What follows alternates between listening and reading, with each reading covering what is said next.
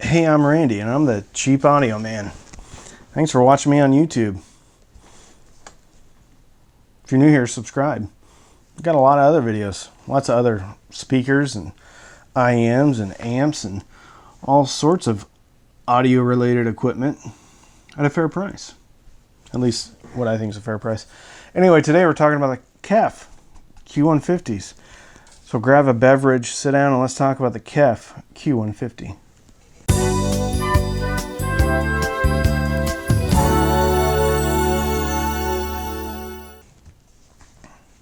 So I'm excited to get the speaker in finally.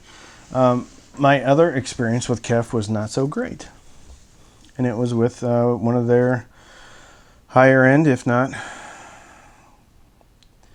their most acclaimed bookshelf speaker of all time, the KEF LS50. I didn't like it. So I sent it back. But these just recently went on sale for $300 from $600. I don't think they play at 600. I think they do play though at 300. So we're going to talk about that. But if you want to get a free pair of speakers, there's a link in the description that talks about the Clips. They both start with a K. Clips R51M. So watch it. I was going to end it today because I wanted to get 1,000 subscribers, and then I was going to give them away if we got it by December 1st. And it's December 1st. Actually, it'll be December 2nd when you watch this. Anyway, my point is we got really close, right? So I think I'm going to extend it a few days. So if you're watching this and it's December 2nd, it's okay. Go to that video, watch the video, do the directions, and you could get a free pair of speakers. Who doesn't like a free pair of speakers? Also, if you want to try high-res music streaming for free and you're in the US and A or Canada, then you can click on the link down below. Amazon Unlimited Music, but click on it and then scroll down and hit Try HD. Because if you just try the regular, it's just like MP3, Spotify, Apple Music. Then you want the high-res. You're going to want the high-res. So specs comes in walnut, white, or black, and they're all handsome speakers. I chose the walnut because I like fake wood, and this kind of looks almost identical to the vinyl wood on the side of a 1980s era Chrysler station wagon, and that's what I had growing up. I didn't have it, my mom had it, but I rode in it quite often, and I saw the wood on the side, and this looks just like it. So if you're nostalgic for 1980s era Chrysler door wood vinyl, then this is the speaker for you. I like it. I like fake wood. It's nice. It's got some grain in it. It's well appointed. I like the little KEF badging. It looks good. Anyway, 5 1/4 inch aluminum woofer. Yep. And a 1 inch aluminum vented tweeter that's concentrically mounted, which means it's in the middle. And then it uses the woofer as a waveguide. Shoots sound all over in crazy places. That's pleasing to our ears. So 51, rated at 51 up to 28,000 hertz. 86 dB sensitivity. 8 ohms. Not hard to drive. I drove it off everything. It works. Sounds good. Does it, go up in quality as you go up in amps? Yes, just like pretty much every other speaker available. If you have a better amp, speaker's probably going to sound better. Anyway, let's talk about soundstage. It's good. I think it's more constrained between the speakers. It does go outside the speakers a bit, and it goes a little bit higher, and it goes deeper. Is it as good as some other speakers that I've heard? No. But, I mean, that speaker is the ELAC Debut B6, and that thing's soundstage is like a cat that's in a pillowcase in the back of your car for 5 hours, and then you let it out, and it just jumps all over the place. This is like a cat that's been in a pillowcase in the back of your car for maybe an hour, if that makes sense. Okay, I also forgot to mention the bass reflex with computational fluid dynamics. That's this thing. It's a flange and a plastic port. That sounds really impressive, but pretty much any speaker builder uses software that does computational fluid dynamics to eliminate chuffing and velocities, stuff like that. It's not nearly as impressive as it sounds. But anyway, hats off to KEF, all right, with their CFD technology. Soundstage. We're talking about Soundstage. Okay, so I will say Soundstage on Every Day Is the Same by 9 Inch Nails I've never heard it as I heard it on these speakers. There's like at the beginning there's a kind of a and it's kind of what do you call it, distorted, and then it kind of comes in and it just builds and builds and builds and builds. With this speaker it felt like almost like an emotional like anxiety. It was really good. If not, this is the best I've ever heard that song on these speakers. The best. Imaging's good in between the speakers. Hey Jude is usually what I use for imaging. I can pick out all the different instruments. I also use Drive In, Drive Out by Dave Matthews. The initial guitar should be down and back from the speakers. It did that just fine. Center imaging is actually really locked on with these speakers. I would say if you don't, if you're in a small room and don't have a center channel, you don't need it. You don't need it with these. The center imaging is locked. Solid. Very good. Very good. All right. Let's talk about bass.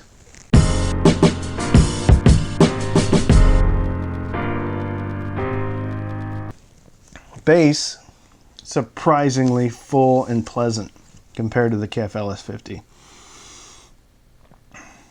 It's good. It's almost too much. It really is. It's bumped, and I had to pull these out from the wall a fair amount just to get them to balance out a bit, which was really surprising with my experience with the LS50s.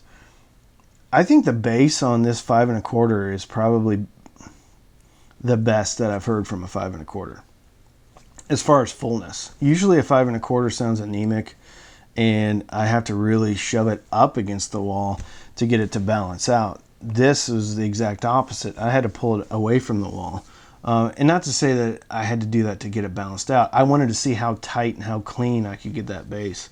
And it needed to be a good 20 inches or more from the wall to get that clean bass. Now there is a port plug. You can plug it up, but bear in mind, you're not going to get the extension down to 51. And even though these are rated at 51, they sounded very similar to an ELAC 6.5 inch woofer that's rated down to 44 hertz. So, I don't know. They do bass very well. If the closer you get to the wall, the sloppier it's going to be. Okay? But it's also going to be more. There's going to be more bass there. So if that's your thing, shove it closer to the wall. If you want it tighter, pull it back. I will also say that at certain levels of sound, SPL, different songs are going to make the speaker fall apart more quickly. A bassier song at a louder volume, i.e. Africa, the Weezer version, and nothing against Toto. I love Toto. Love Africa by Toto. But the Weezer version of that song is very, there's a lot of bass in that. When I listen to that song and I try to get it up to about 80 dB and higher, it started to fall apart. Conversely, when I listen to Highway to Hell by AC/DC, which doesn't have nearly as much bass, it killed it at 80 dB, all the way up to about 85 dB. And for me, that's loud. 85 dB is pretty loud. You're going to be shouting to hear anything. To have a conversation with music playing at 85 decibels at your listening area, you're going to have to shout. It's loud. Point being, the less bass in your song, the louder this can play and still keep it together. Yeah. All right. I think I talked about all that. Okay. Mid-range. I got to do my little intro. Let's talk about mid-range.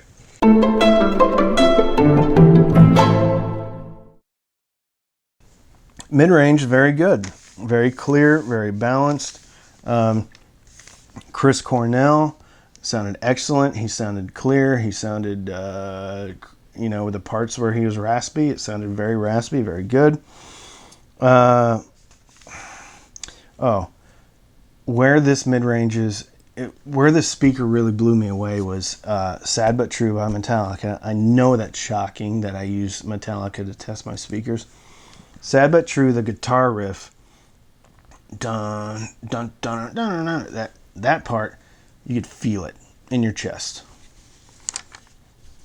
That's what I want. I want to hear it, but I also want to feel it.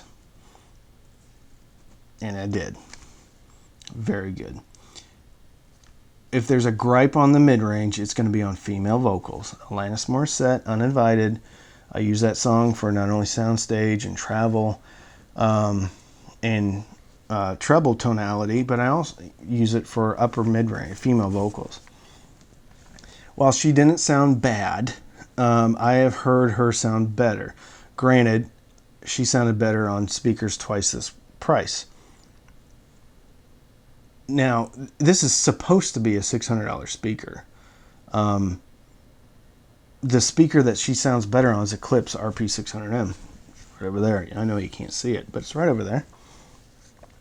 Female vocals on the Eclipse RP600M are far and away better than on the KEF Q150. It doesn't mean they sound bad on the KEF, and that's kind of an unfair comparison because it's a significant... Well, it's not that much pricier. I think they're on sale for $440 right now. Point being is, that's... If I had a gripe about the mid-range, it would be with female vocals. They're slightly veiled. They're not as detailed and not as nuanced as some other speakers.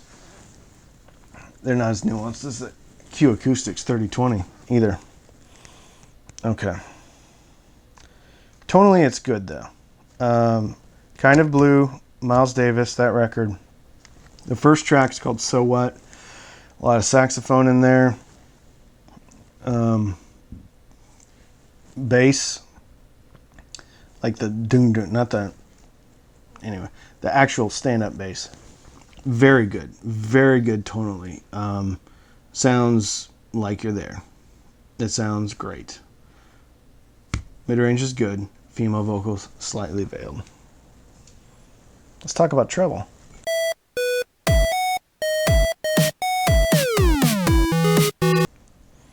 The highs are a bit rolled off, which again is surprising considering the LS50 is so in your face, like frozen shards of glass flying into your eyeballs. This is not frozen shards of glass flying into your eyeballs. This is like a mist in Seattle when you have to blink a couple of times. So it's quite pleasant for me. I like a little bit of a rolled off top end because I like to turn it up so I can feel the music better. I'm not saying these aren't detailed. At lower volumes, they're not going to be as pronounced as like a, I don't know, as the Q Acoustics. Not going to be as bright as the Qs. And I wouldn't call the Qs bright. I would call the Qs neutral. So this is south of neutral with the top end. You can't really adjust it either because they have really good off-axis performance, which is good for sound staging. I'm not saying that it's not pleasant and it's not a clear or exciting speaker. They're leaning towards the warm side. I wouldn't call this warm, but I wouldn't call it... It's south of neutral. It's a warm side of neutral is where you're at with the treble. Wherever I may roam. Metallica. At the beginning, gong kind of moves, and then there's like a finger symbol. Shing! Swing. If you're in the 80s, you might, there's a Saturday Night Live skit where they say swing. There's also some movies. I don't think they're good movies, but there's movies that made with those people. Anyway, the swing is as a step back and not as apparent. It's there. It's still clear. It's just quieter. Okay? If that makes sense. Everything's still there. It's just quieter. Cymbals are not going to be as apparent on this speaker. They're still there. They still have good decay. They still sound like a cymbal. It just sounds like the cymbal's farther away. That's it.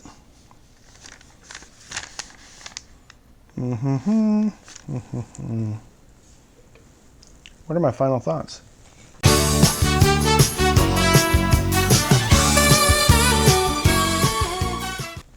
Final thoughts on this speaker, the KEF Q150. Pleasantly surprised. I was hoping, I was optimistic, but I was still hesitantly optimistic that these would be good. And they are good, if not great, if you know what you're getting into. They have great bass. I would say you have to actually be careful with this speaker, not getting it too close to a wall. Whereas in most 5 1/4 inch woofers, you want to get them closer to the wall just to balance them out. This one, not so much. It does have a port. You can you can plug the port. When I was discussing kind of the songs falling apart, where this speaker would do really well, front channels in a small home theater, or front channels with an AV receiver that you can put a high-pass filter on. Because if you put a high-pass filter at 70 or 80 hertz, these things are going to be incredible. They already are incredible. They're really going to be incredible, though, if you can put a high-pass filter on them. If you can't do that, you can put a capacitor in line with them, which is the first order high-pass filter. Big presence. They seem bigger than they are, and they sound bigger. They sound like a $300 speaker, though. They sound like a good $300 speaker. To me, this sounds better than the KEF LS50. That might be just crazy talk. I just think they do. I don't think the LS50 is balanced. I think it's crystal clear, but I don't think it's pleasant. These are pleasant. These are nice. This is a great speaker. If you tweak it, you can get this thing just to the next level. If you listen below 75 dB, you're fine. You don't even need a subwoofer. Nope, you don't. They're that good with the bass. If you're going to listen at louder volumes, though, you may want to try to figure out how to get a high-pass filter on these things. And they're going to be great. So, that's about it. That's about all I have to say about the KEF Q150. Great speaker. If you're new here, please subscribe. Please like the video. And watch some of my other videos. We're going to have this in the Saturday Speaker Shootout coming up. One of five speakers. We're going to gather them up, spin them around with blindfolds on, push them into a pit. I'm going to throw some chains and maybe a broom handle down there and see who comes out alive. Yeah. Anyway, I'm Randy. I'm the Cheap Audio Man.